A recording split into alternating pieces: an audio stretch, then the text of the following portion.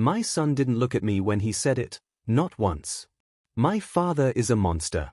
He deserves nothing. I watched him from the defendant's table. He spoke clearly, hands folded like he'd been coached.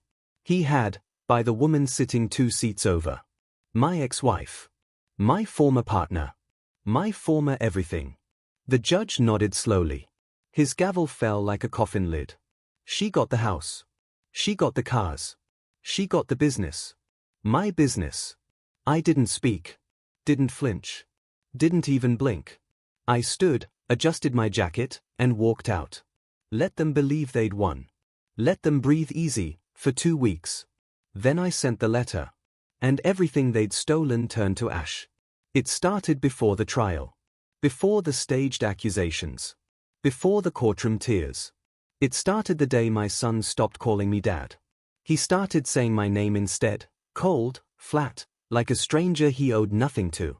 At first, I blamed the divorce.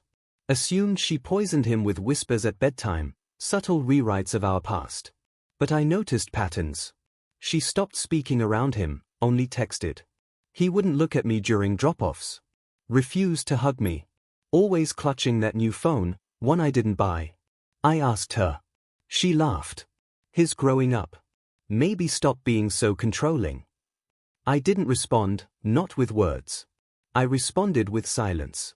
With time. With observation. Because something was wrong. Something they didn't think I could see.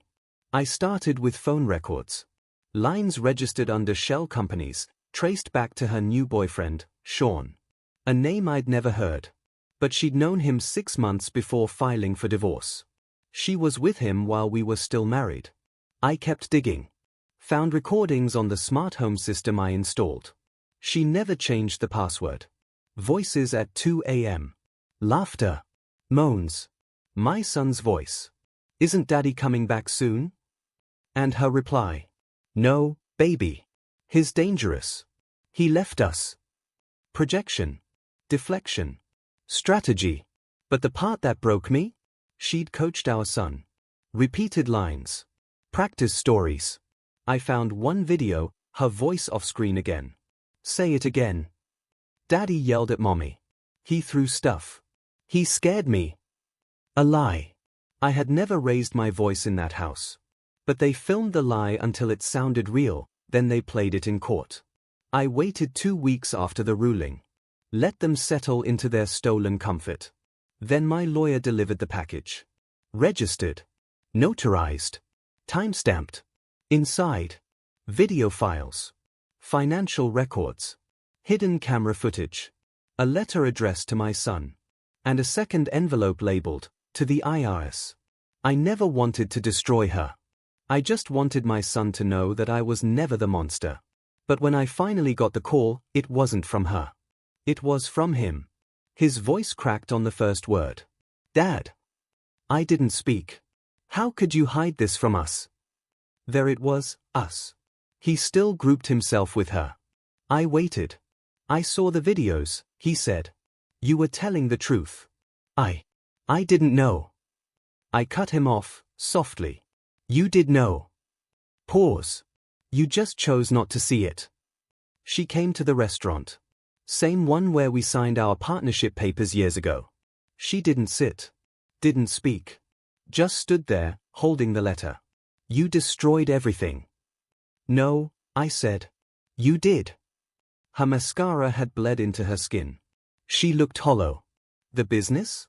Seized. Fraud. Misuse of funds. The house? In my name. She forged the paperwork, my lawyer traced it. The cars? Repossessed.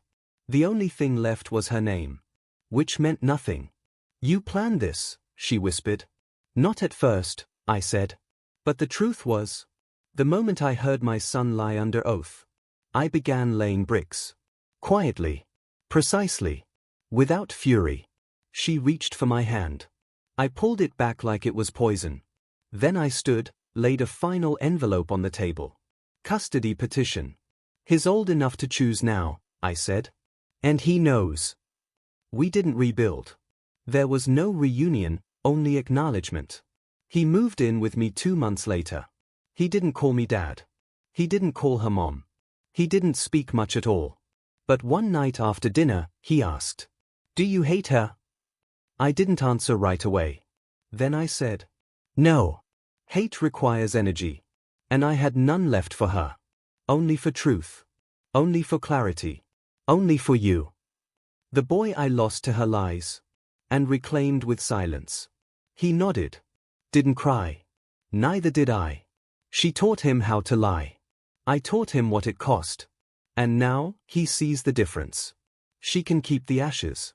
I kept the fire.